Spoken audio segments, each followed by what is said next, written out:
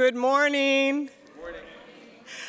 Hi, I'm Ann Kurth from New York University. I have the honor of being the incoming Secretary-Treasurer of the board. So I just, on behalf of the board, the Secretariat, the Conference Committee, really want to very sincerely thank you for being here at the 5th Consortium of Universities for Global Health Annual Conference.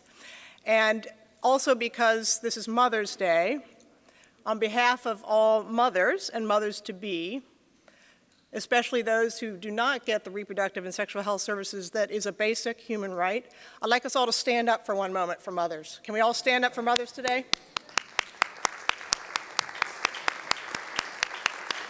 Thank you very much for that.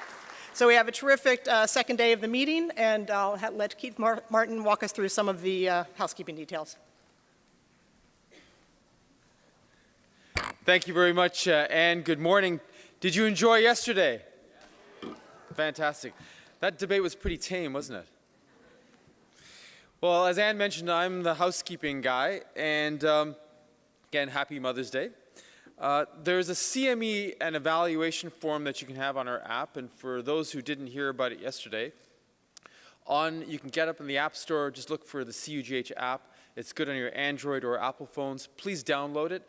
Not only is it a way for you to do your evaluations and get your CME forms in, but it's also a way for you to know about current events taking place and any changes that happen to the program. If you don't have that, if you don't need CME, you can also get the evaluation in hard copy at the registration desk. So please fill it out because we really need it to listen to you, to learn from you in terms of how we can perform better and how our conferences and how CUGH can serve you better. During the business meeting today, we will have our awards ceremony.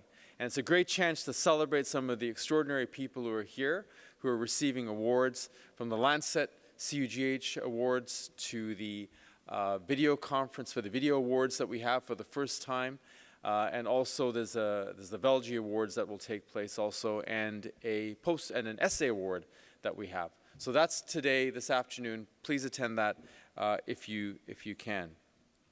Lastly, the poster awards are at the Columbia Room, so we know who won the awards.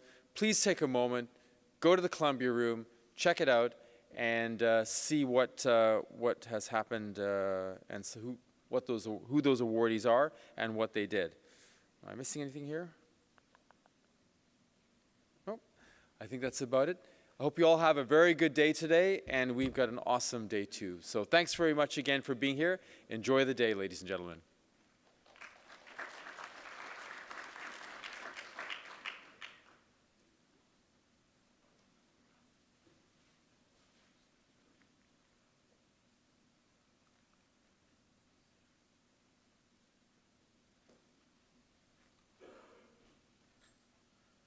Well, good morning, everyone. Our plenary session this morning is on new challenges for global health. And our keynote speaker today is Peter Piot. Peter is the director of the London School for Hygiene and Tropical Medicine. He received his medical degree at the University of Ghent in 1974, and he promptly joined the Institute of Tropical Medicine in Antwerp. And 2 years later, I think, in 1976, he volunteered to go to Zaire to lead a team that was to help investigate an outbreak that was a very scary disease that was killing everyone who came in contact with it. And this led to his co-discovery of Ebola virus. And soon after, just 2 years later, I think in 1978, I learned that some Belgian who had discovered Ebola virus wanted to come to the University of Washington to study sexually transmitted diseases as part of his work to earn a PhD in microbiology at the University of Antwerp.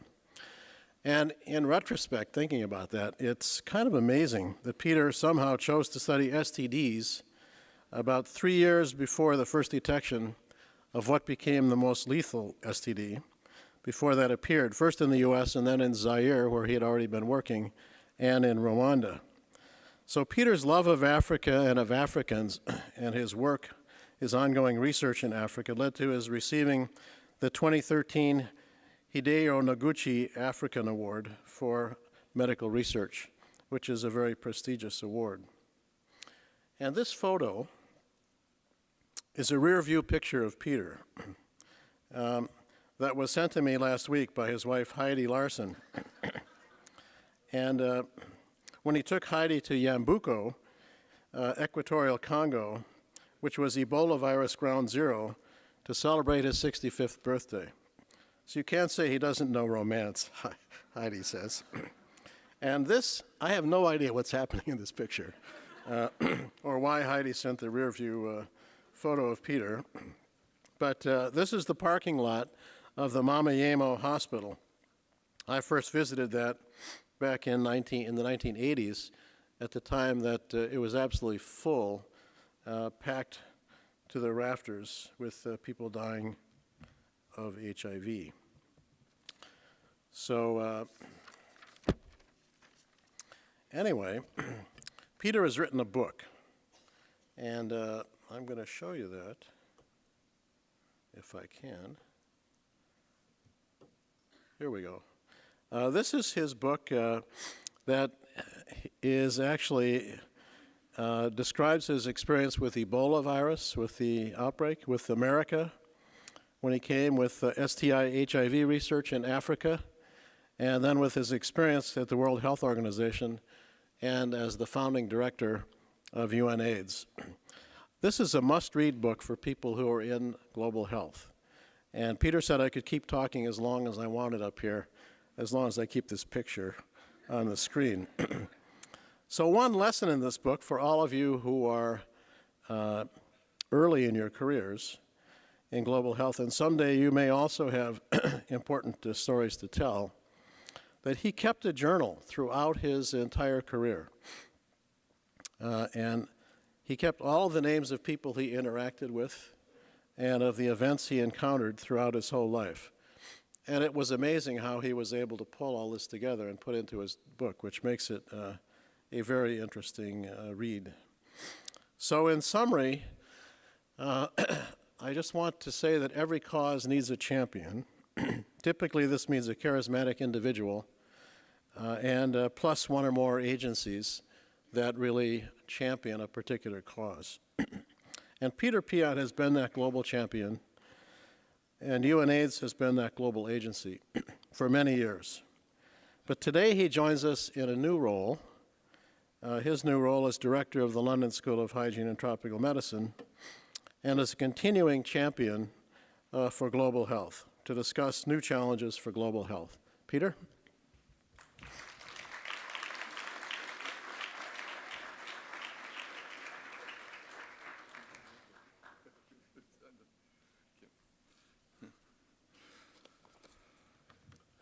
Good morning, and thank you so much, King. You truly have been my mentor and an inspiration since I arrived in Seattle now 36 years ago. It was actually in 1978, so that sounds like last century, which it is. And I drove from Atlanta, Georgia, where I'd spent some time at the CDC, to Seattle. And the first night in Seattle, I actually slept in a tent because I hadn't had my interview yet. But in terms of advice for those who ever want to write your memoirs, I never kept a diary, but just kept all my notebooks. And most of the notes were completely irrelevant. It was about petty things and logistics, but what's very important also, and King didn't mention that, I'm collecting wine labels since 1981. And actually, when there was the Festschrift for your, I can't remember, 70th anniversary, birthday, one of the talks I gave was around wines I had with King. And thanks to this collection of wine labels, where I note down where, when, and with whom, I could get the dates right of many of the events in my book. Now, I know that this room can be expanded because my first international opening plenary I ever gave in my life was in 1987, and it was at the opening of the 3rd International Conference on AIDS. So in these days, everybody attending that conference fitted into one ballroom. Can you imagine that? And nearly everybody stayed at one hotel. In the opening, there was Bob Gallo, Jim Curran, then head of AIDS at CDC, and then Vice President Bush, Bush Senior. So that gives it a date also, and me. And I was trying to convince the very skeptical AIDS community that there is such a thing as heterosexual transmission, and that this was really a major driver of the epidemic worldwide. But then something happened while I was sitting on the front row and Gallo was giving his talk. I realized I didn't have my slides. And for those of you who are not too, too old, remember there was a time there was no PowerPoint, and there were slides, and we were carrying our own carousels with us, which we would put in the projector before, the talk. And so I'd forgotten my carousel in my room. Fortunately, it was in here, so I ran out. And then they wouldn't let me in because Vice President was here and security, and they had really locked off the whole thing. I said, I have to go to see, I've got it on the next speaker and so on. I was kind of a nervous wreck. And in the end, they let me in, and it was not my best talk, but I made my point. Anyway, the picture you saw and that Heidi sent to King was taken in Kinshasa indeed, and for my 65th birthday, we went to DRC, to Congo, to Kinshasa, where I spent a lot of my time in the initial work on AIDS. We're going there first with Tom Quinn and some colleagues, Joe McCormick, and then with Jonathan Mann starting Project CEDA, but also to where Ebola virus hit, as far as we know, for the first time, the first known Ebola outbreak. And I think someone was trying to put a microphone on my belt because we were there with the film crew. So I've reached an age where I'm asked to give talks on where are we going. It's a bit odd that they always ask old people to give that kind of talks and not very young people, because it's their future that it's all about.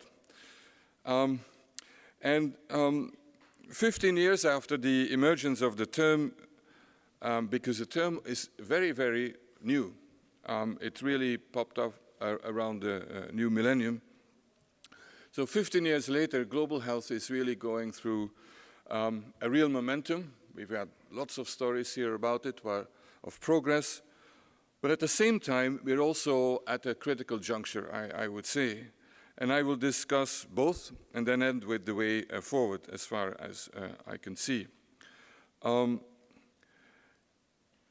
And the momentum in global health should be seen against the context of a unprecedented historic reduction in poverty in much of the world.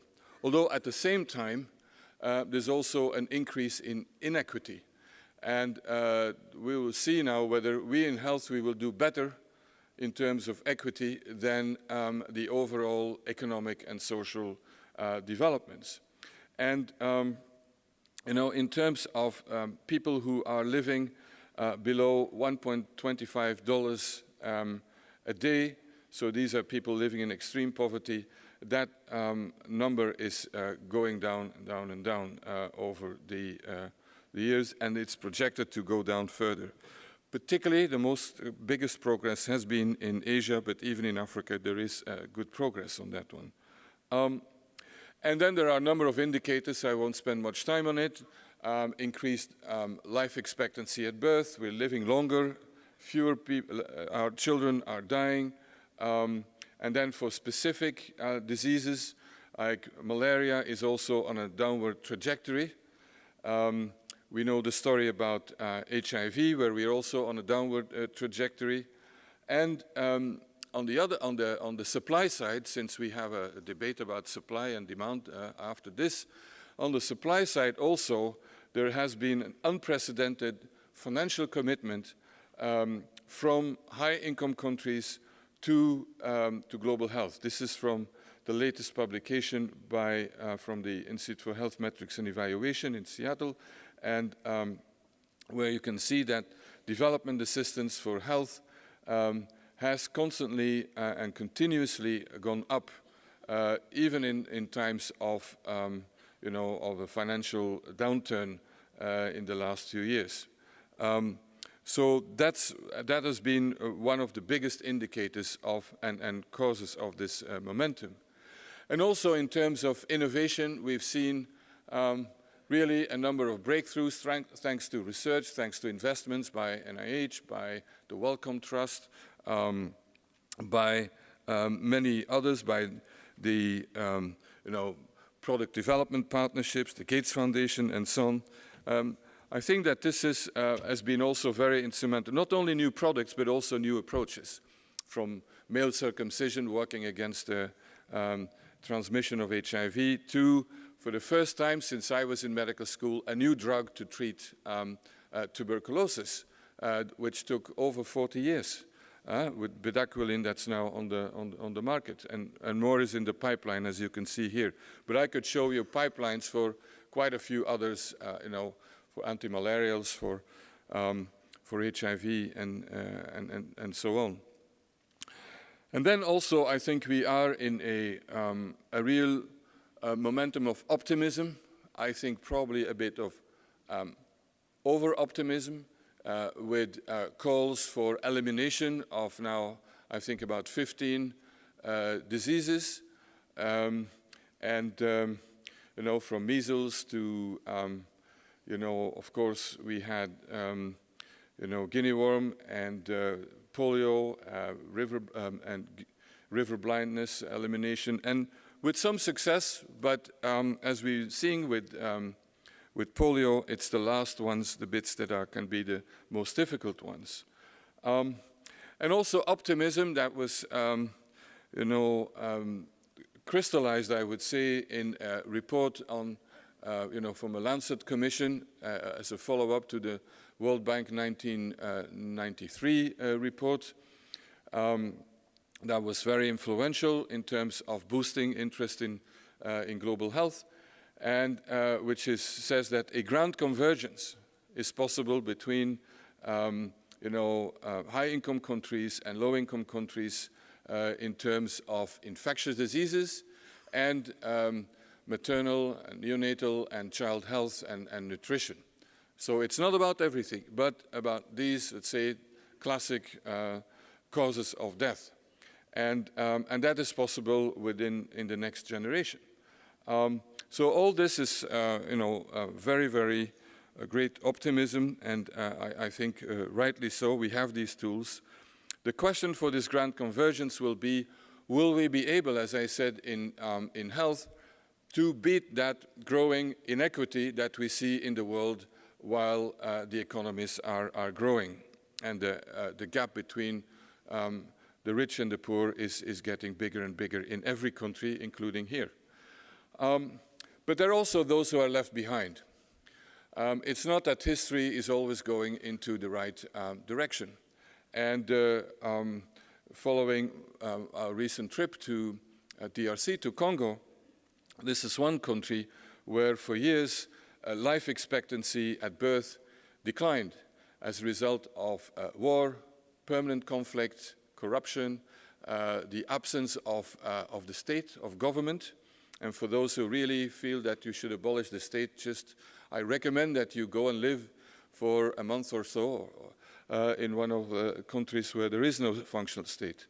And you see here the yellow dot you see the evolution of life expectancy at birth for DR Congo, and which is now slowly picking up, but whereas the rest of low-income countries from developing country is increasing, and also in green, the high-income countries, we saw a dip, and that is going on. We see the same thing in Syria, in Central African Republic, and even in Europe, in Southern Europe, in countries like Greece and Spain and Portugal, that are very, very heavily hit by the financial crisis, where there's been a complete disinvestment of, in health and social services.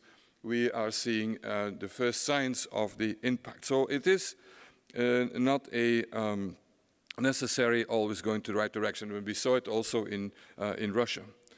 Now, and a lot of it, like in a country like DRC, is that governments are not investing anything, literally not anything, in health services. In the Congo, for example, a budget of the largest hospital, this used to be called Mamayemo Hospital, now the central the hospital of reference hospital, their budget that is given, it's a public hospital, is zero. Nothing, not one penny. And so you can't expect, if there are no services, that people live longer. So we are also at the crossroads, good progress with some caveats, as always, but we're also at the crossroads. And I'll discuss 5 points. First, that it's very important that we can sustain our achievements that are real and that we can finalize this unfinished agenda to come to this grand convergence. Secondly, at the same time, there are new health issues coming up. There's the globalization of risk. Thirdly, we have an environment that is really going to have an impact on everything. Climate change and environmental degradation are going to have an impact not only on health, but on many other things. There's the globalization of global health, which I think is a good thing, and there's a new funding landscape. Now, in terms of sustaining our achievements, first of all, it is true that the majority of people in the world, that premature deaths are due to non-communicable diseases from cancer, cardiovascular disease, diabetes, and so on. However, when you take sub-Saharan Africa, there you have an exception. And this is, again, from the global burden of disease. And what is in red is like, let's call it the unfinished agenda, the classic agenda with, communicable diseases, malnutrition, maternal, neonatal, and under 5 mortality. So there's still a huge job to be done. Again, although we've seen some serious progress. Secondly, with all the elimination efforts, we cannot afford to give up now. And when you see here these 3 pictures of a polio eradication program, in 1988, there were 350,000 cases per year of polio. That's not that long ago. Today, it is a few hundreds. And actually, there have probably been nearly as many polio workers killed, now, particularly in Pakistan, now 40 to 50, which is probably more than the people who died actually from polio. So it is not a technical issue, it's in the first place a political issue. And last week, or was it this week? Yeah, last week, WHO declared polio a global health emergency. But it shows that it's not enough to have the tools, as we often hear in speeches. We have the tools, we just have to use them, and then we will eliminate. It's a little bit more complicated than that. They're all facing with people and with environments. I hear increasingly, and I was here 2 years ago at the International AIDS Conference, the end of AIDS is in sight. HIV, etc., is going to end. And as Laurie Garrett wrote in her blog, what have they been smoking? South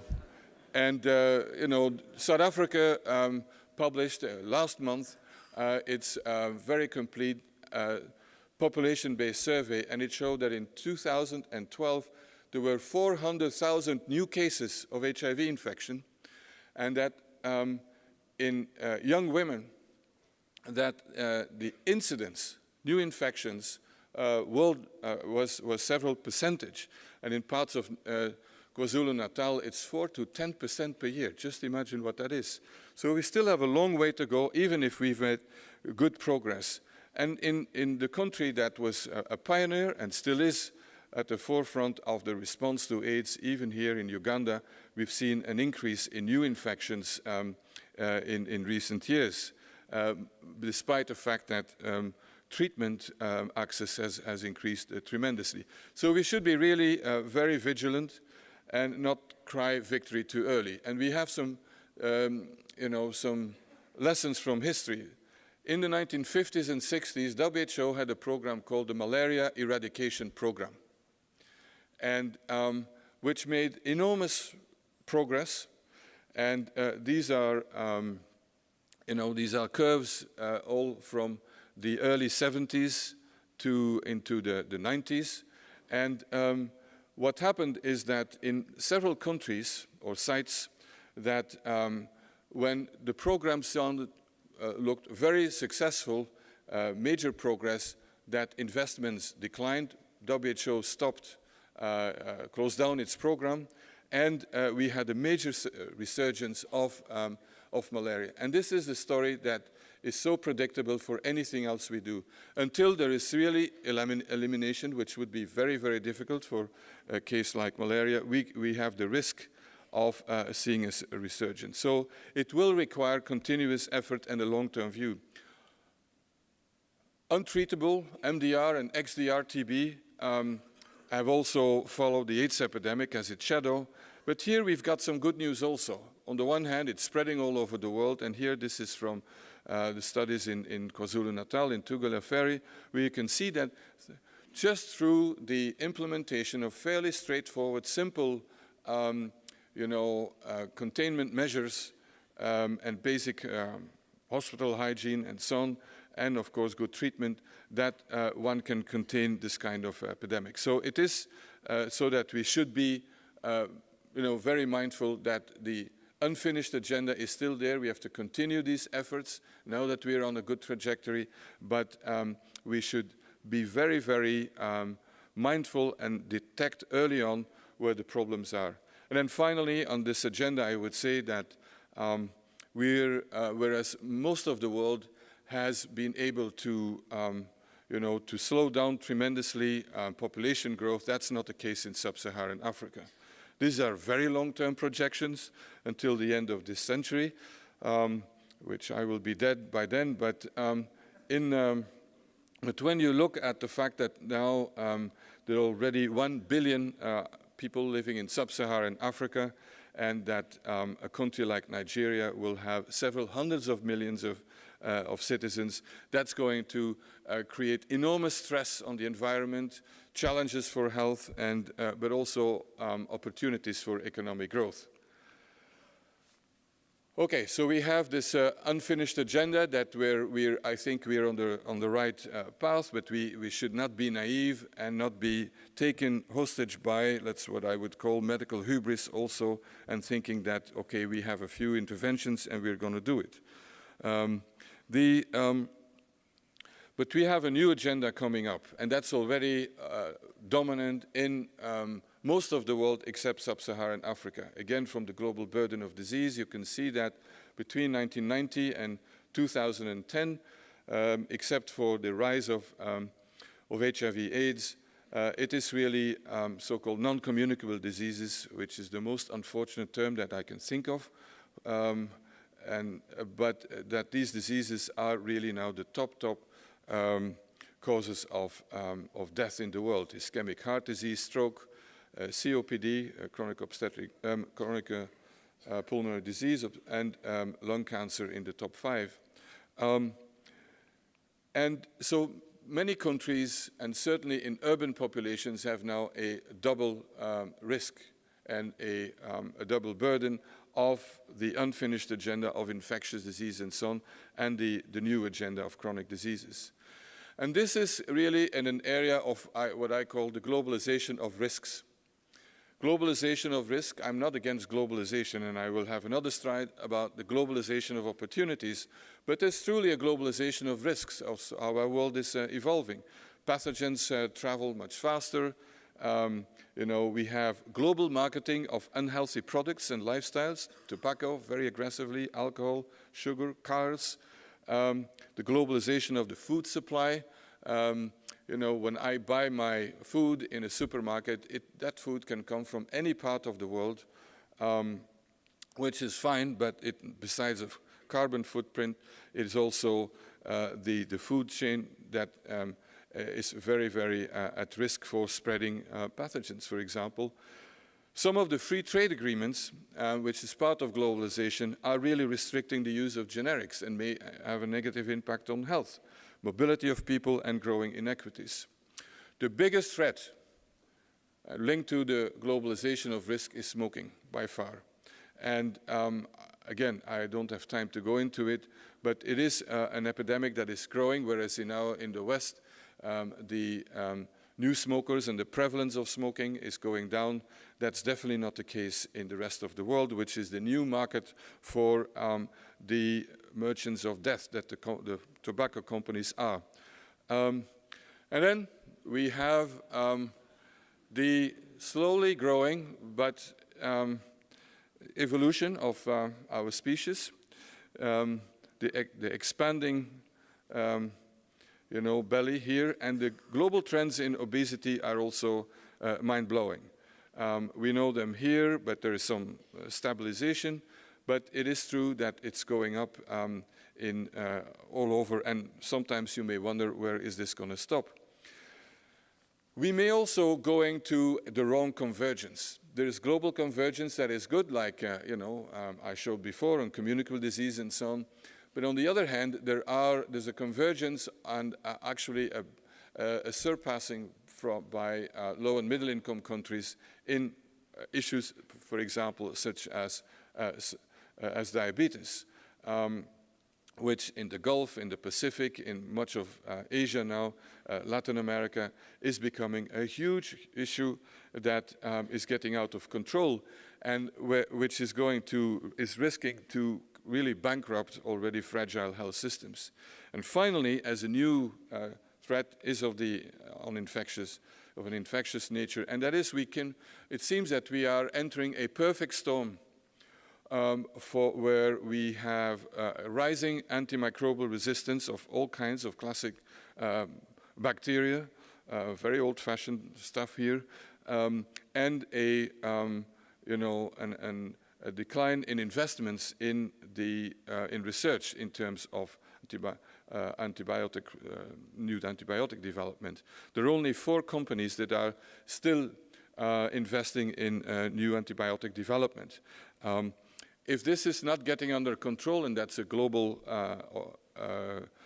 epidemic really that is emerging, this will have profound impacts on medical care and on other issues. We are then also seeing new global threats with climate change. The impact of climate change on health is still not very well understood. The last report of the international panel has a strong chapter on it, and Andy Haynes from our school been very instrumental in it. But it seems that the biggest impacts are not going to be in terms of we will have more mosquitoes and so on, and more arthropod-borne viruses being transmitted and so on, which will be part of it, but will be more indirect in terms of production or agricultural production, of extreme weather events, decline in labor because of these high temperatures, drought, pests, and so on. So these would be the key issues. And then related, but not completely, because more related to how we organize our cities, and as victims of economic growth, is that air pollution is also emerging in many countries as a major issue. And for those of you who have traveled to some big cities recently, from Delhi to Beijing to smaller cities, it is really a major health hazard now. We are not doing enough on that, and that is linked to urbanization in general. And something I hear little about in global health conferences, but we shouldn't forget the global water crisis. It's not only affecting farmers in California and so on. It's really a global issue, and that's again compounded by the global growth of population. And then a good thing, because it's been a bit depressing up to now, and that is that we're now, I think, entering a phase where global health is becoming global. And we had a few debates here already yesterday about that. But this is the map of the world and just countries where there is a department or institute, academic institute, which has the word global health in its title, in its name. And sometimes that's just one, and sometimes there are many, like here in the US. And that certainly doesn't reflect the scope of global health. And frankly, even in Europe, there are very few institutions that would use the word global health. It is a very North American terminology. I think in Europe we do a lot of global health, but often it's not called that way. Today what we're seeing is an emergence of centers of excellence across the world. The time that the problems were in the south and the solutions in the north is over. We have problems all over, and we have solutions that come from all over.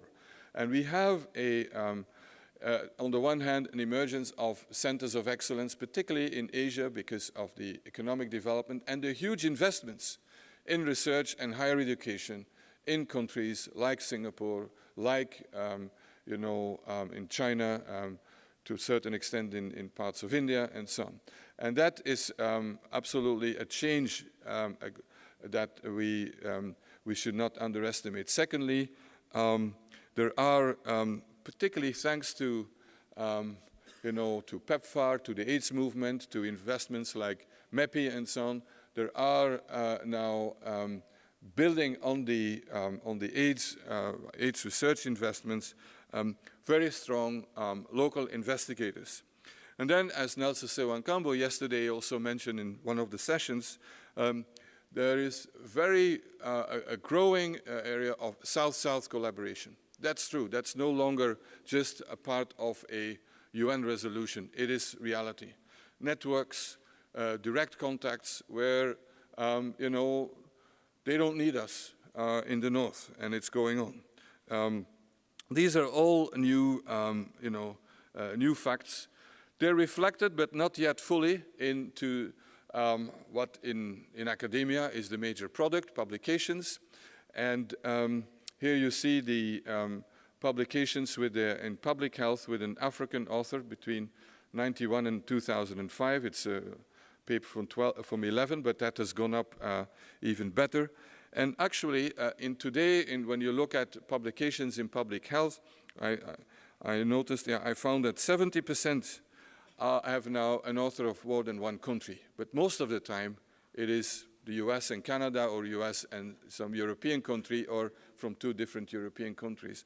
But there is really a case in point. And I was interested in seeing, I think it was the beginning of this year or the end of last year, that for the first time I saw a first author from Chad in a paper in the Lancet, on a paper showing that, of the efficacy of or effectiveness actually, of a meningitis A, meningococcal A vaccine. There's also a new funding landscape that is emerging. Yesterday I went to a session on sustainability, and it's true, as King said, I've never met anybody in academia who's not worried about sustainability of our funding. But it's true that not so much in absolute terms that the money has changed, and you saw that development assistance for health is fairly stable, but not so much the research investments. And here you see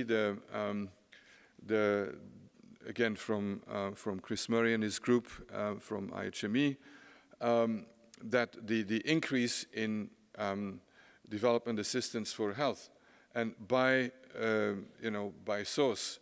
And in red, the bottom red is the US, and then followed by the UK. And then the bigger parts up there are so-called multilateral ones, World Bank and the Global Fund and so on. But that money also comes from countries. They don't print their budgets. It's coming from the US in the first place, but also others. And so it is there are changes. And the big difference between the US and Europe is that whereas in Europe, per capita, per GDP, we spend far more on development assistance. The UK now is increased every year, and we are now at 0.7% of GDP is devoted to development assistance, compared to 0.2, 2.5 for the US. But in absolute terms, the US is number one, and certainly also when it comes to supporting global health research and education. Because in Europe there is no PEPFAR, there is no MEPI. A lot of it goes into multilateral funds. And what is also striking is that development assistance for health continues to invest mostly in, this is on the left side, in the classic agenda: AIDS, TB, malaria, maternal, neonatal, and child health, and a little bit in NCDs, because that's measured, whereas the burden of disease is different. Now, I don't think that that's always a fair comparison. You have to see where you can intervene, where there is market failure, and where the international community can make a difference. But it is a kind of a mismatch in any case. But what is evolving the most, and I'm not sure whether that's exactly the case here in the US as well, but is the how, and some conditionalities. Certainly in Europe and in UK, we are asked more and more that there is co-funding from the partner institution, from the partner country, or from ourselves, from core funds, which we don't have often. There is more and more the need, the requirement to have at least a local co-PI, which I think is absolutely normal. And, but that leads then to, to debates about where are the overhead costs going and so on. The institutional engagement is becoming a condition. And again, that is normal. There's more money going in now into capacity strengthening, and MEPI is definitely a good example of that. We have a few examples of that also in Europe. And let's not forget that in middle-income countries, the funding is coming from their sources, public and private. There is no need, basically, for money coming from the outside, but it can be used for very specific collaborations. Just like to show something that's going on in Europe, and that is an interesting initiative of the European Commission, of the European Union. And by the way, the European Union has become a major funder of research. It launched its new framework program, as it's called, Horizon 2020, which is now allocated 80 billion euro, which is about $130 billion over the next 7 years for various research, and a major part of that is in health, including global health. And then we have this EDCTP. I'm mentioning it because it is an initiative that was born out of the classic agenda of AIDS, TB, malaria, and specifically to develop new drugs, vaccines, microbicides, diagnostics through clinical trials in Africa. But now neglected tropical diseases have been added, but it invests quite a lot into research, infrastructure, development, ethical review boards, and so on. And is more and more directly funding centers of excellence, in this case of Africa. And its budget is now 1 billion. I mean, sounds a lot, but if you want to develop a product, that's not so great. But there is more and more collaboration there also going on, and I hope that that's irreversible. Now, after all that, and I'll go now to my last part of my presentation, and that is we should be very aware, like when we always look into the future, what can be game changers, negative ones, positive ones, and so on. And I think we need to be very mindful of a number of looming issues, and that we can just not neglect, and that we have to take into account and act on now to make sure they don't happen where possible. So the what-if question, and of course, and I say besides war and armed conflict, which is always possible. In a few days' time, more people can then be killed, and we can save through our health interventions. I mentioned widespread antimicrobial resistance, and on the right side column, you see what I think the likelihood is that will happen. A big issue will be for malaria control will be whether artemisinin resistance will spread from the Golden Triangle, Cambodia, Thailand, there to Africa. It was the case for chloroquine, and there are efforts being made, but for me, I would consider this as a global public health emergency, and that has never been declared in such a way. And because if this happens, and we will be in deep, deep trouble in sub-Saharan Africa, and the positive trajectory of malaria control will be stopped, most probably. More unknown, I think, in terms of the future is whether antiretroviral resistance is going to be so significant that it will, jeopardize, HIV control efforts. And the resistance is there; it's growing slowly, but up to now, I don't think it has been had a significant impact on survival and on prevention of transmission. But it's certainly something that I feel the AIDS community is in a collective denial about that issue that may or may not happen. An influenza pandemic, I think I should have given it 4 pluses because it is going to happen one day. And when you hear about preparedness for such a pandemic, low-income countries are hardly ever mentioned. And that may, there could be a major impact on health, particularly in the huge urban concentration. And then there may be a new pandemic, just as HIV, emerged out of the blue in the, last century, at the end of last century. Big question mark. Very likely that there will be massive environmental and toxic, disasters. The kind of the Bhopal types, but it could be even bigger, and on a large scale, that as a result of, economic development on the one hand, and on the other hand, a neglect of good practice there. A diabetes epidemic out of control, I think, is already happening in a number of countries, and how to deal with that can only be done, I would say, through a very radical change of the way we're living. Epidemic of certain cancers in some countries, I wouldn't exclude.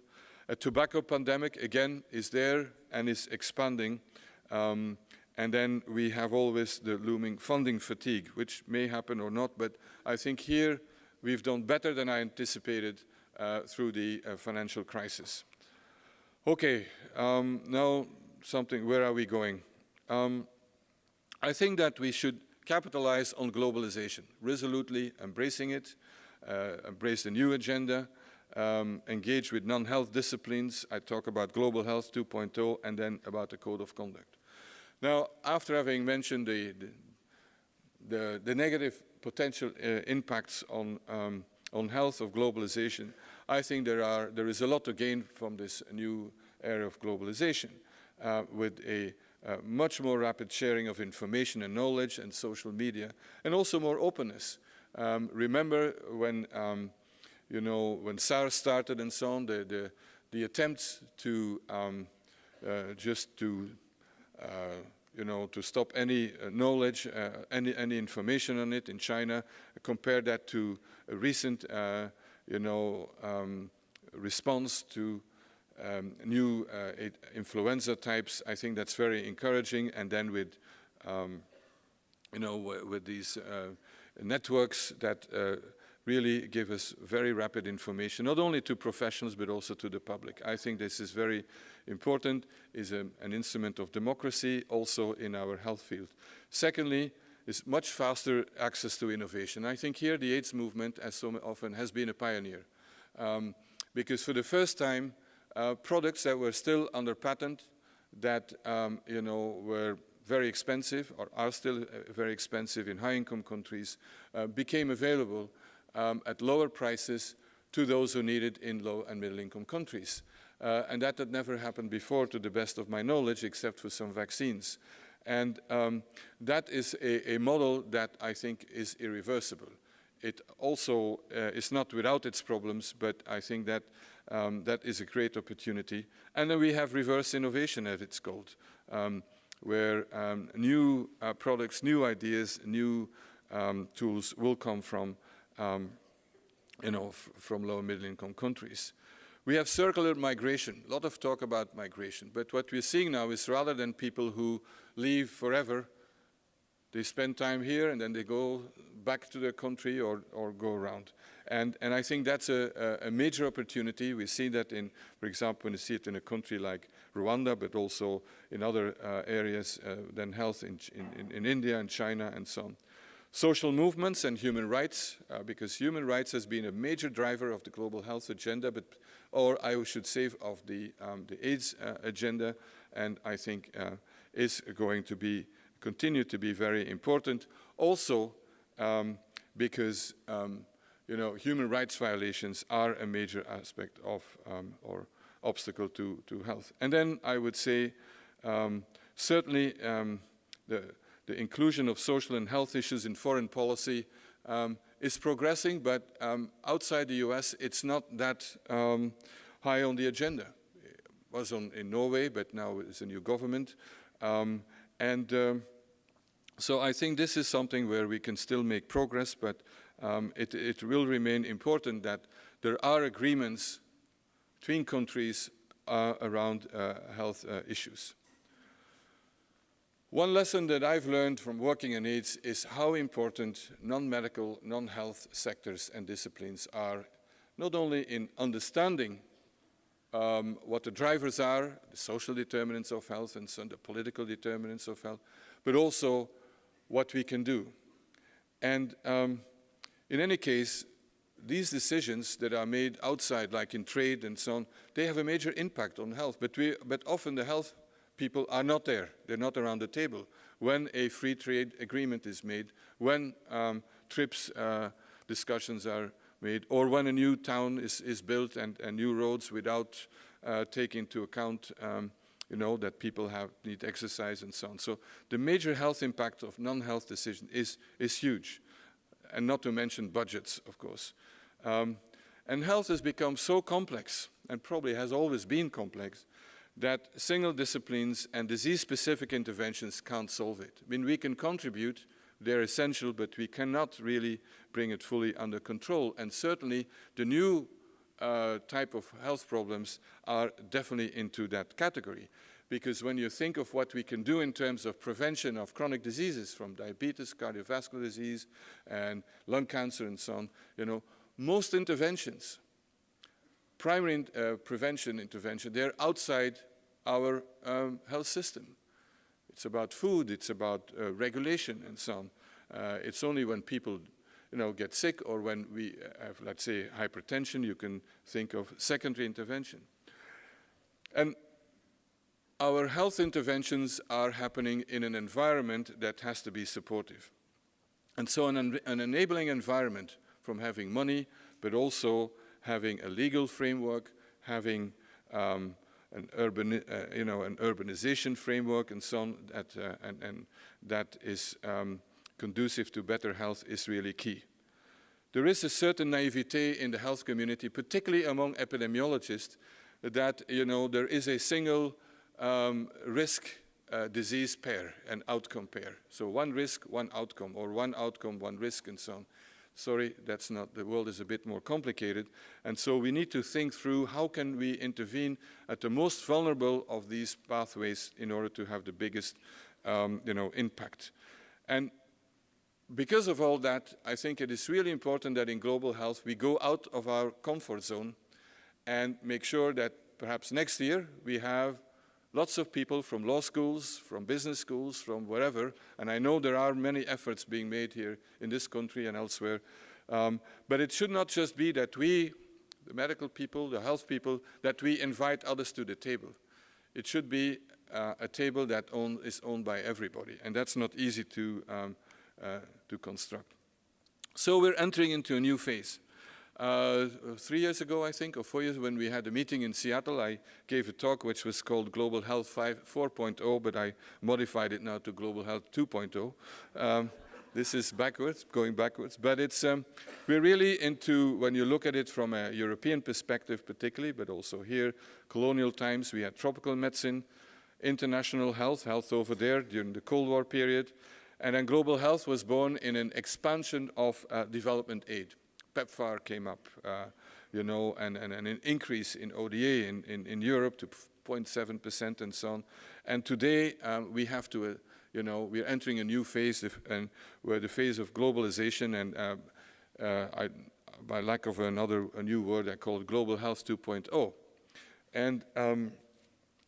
And there is a shift going on at several levels. I mentioned, like, you know, for the PI only being from North America of Europe, the PI can now be from anywhere. In terms of language, we still talk about my study site, so-and-so, which is really not very respectful, I would say, for the people who we're working with. And so we're moving more into centers of excellence around the world and that collaborate. An agenda that has been largely biomedical is moving more and more into the multidisciplinary space, which is a very difficult one, including for funders. They all ask for multidisciplinary proposals, and then you end up in a monodisciplinary review committee. You know, and I don't know whether that's the case here, but that's certainly the case in Europe, and that's very discouraging. So that needs to change also. And an agenda that's moving from infectious diseases, maternal child health, to broader health issues, from clinical trials and epidemiology to the full spectrum of translation, starting with discovery. For example, at the University of Cape Town, I was there last year for their 100th anniversary, and let's not forget the first heart transplant was done at Grote Schuur Hospital there, you know, a new compound against malaria was discovered there and being developed. So it's no longer that we discover here in some lab and then we go to South Africa or wherever to test it out. We're moving also from the delivery of innovation of new products to you know, innovation of delivery. This is where implementation science comes in. And I was very happy to see that the new agenda of the Fogarty, the National Center at NIH, really includes this new agenda and embraces it and tries to be ahead of the curve. Nearly at the end. In one of his comments, the weekly comments that Richard Horton publishes in The Lancet, and I was, I think, about last year after, came from a meeting on maternal health, I think, and there was one paragraph that drew my attention, caught my attention, and that was on a proposed code of conduct that came out of a debate between a number of people at that meeting, I think in Arusha, in Tanzania. And it said, and you can read it, but basically, no ethics committee or funder of research or medical journal should approve, support, or publish research without joint authorship from that country. That still is happening. In any research project in a low-income setting, local scientists must be included as co-PI. And before starting research, you know, we must define how we will transfer research skills back to that country. And there were a number of others. But I think it is key that we are really reflecting now on how, you know, on a code of conduct that matches the new world. And should have always been there in a way. So what does that mean for academic global health? Because we are universities for global health. Because this is not without its challenges. And a lot of it is about power.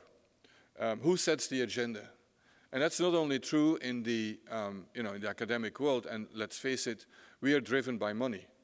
If tomorrow all the money moves from AIDS to diabetes, I predict what will happen.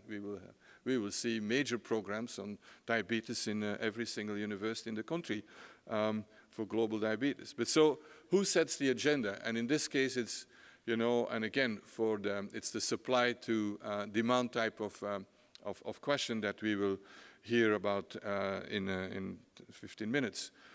Who gets revenue from research and education?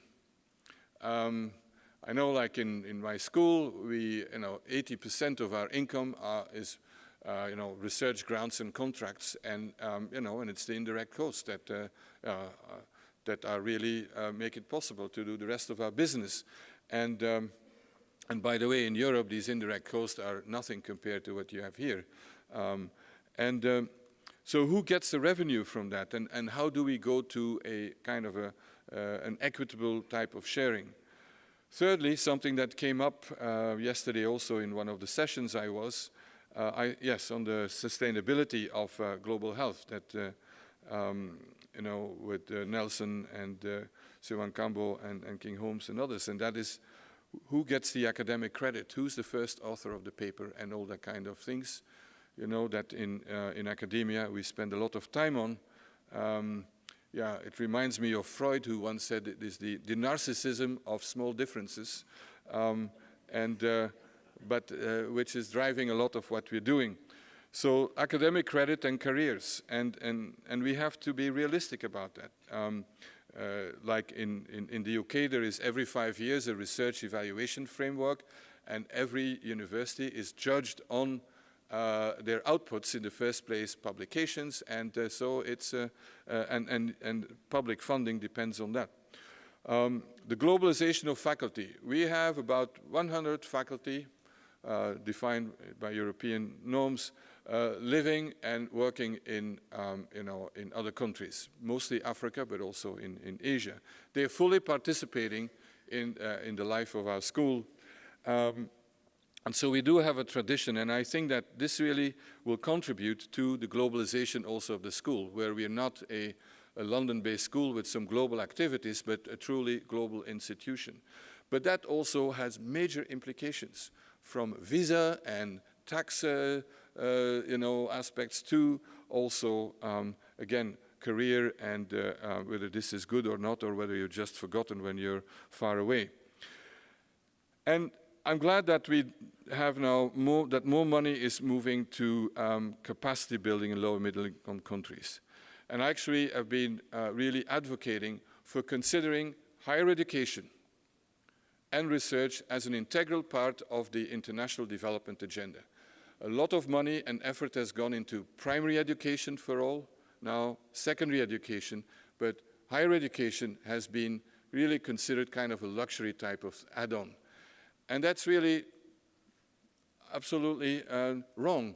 When you see the growth in Asia is to certain major part is due to the huge investments and commitment to education at all levels throughout higher education. In Africa now today, there are new minerals, gas, oils, and so on discovered. But if Africa wants to move from a pure extraction economy and a cash crop economy, it must have the human resources to deal with, the engineers, the patent lawyers and what have you. So higher education has to be in there also to make sure there is locally relevant research on a permanent basis.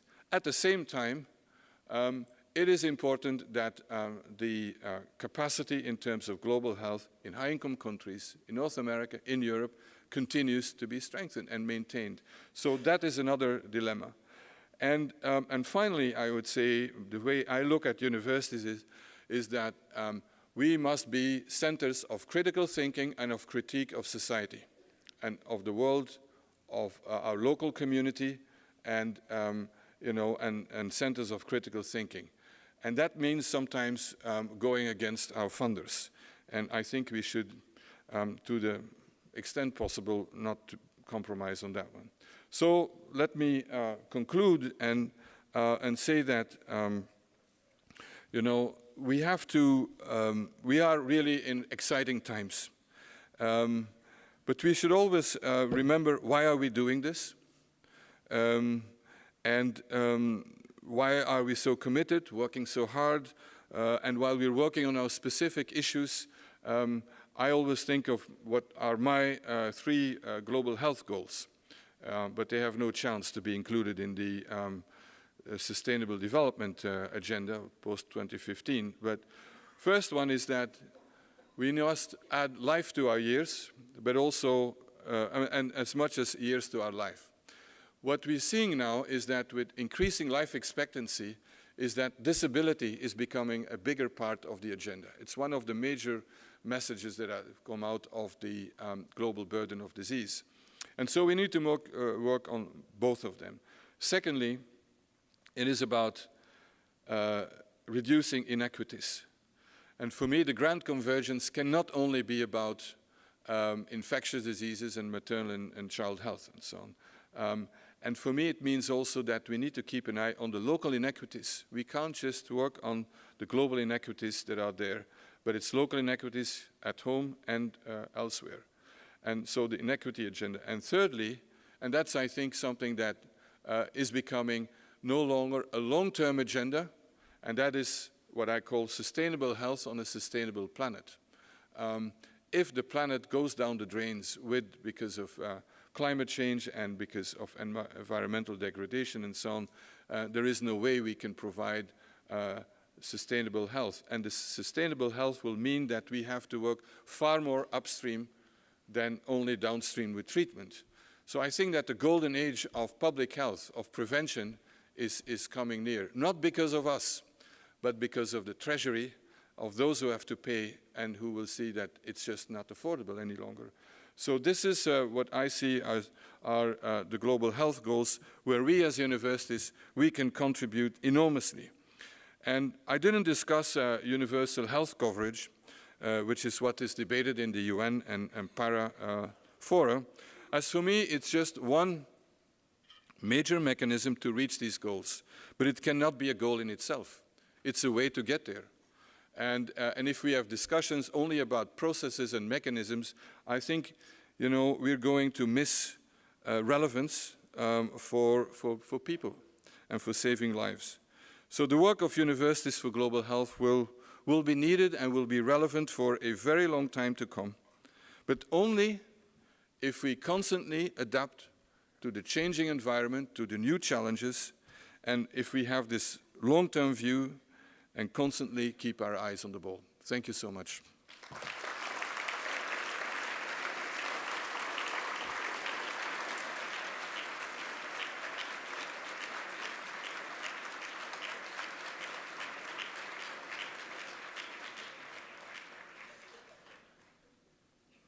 Well, Peter, that was a very thoughtful and charismatic and terrific talk. So thank you very much. I think we'll, since we're close to the time of the next session, let's just stand up, take a stretch, and we'll begin again at, 10 o'clock, I think.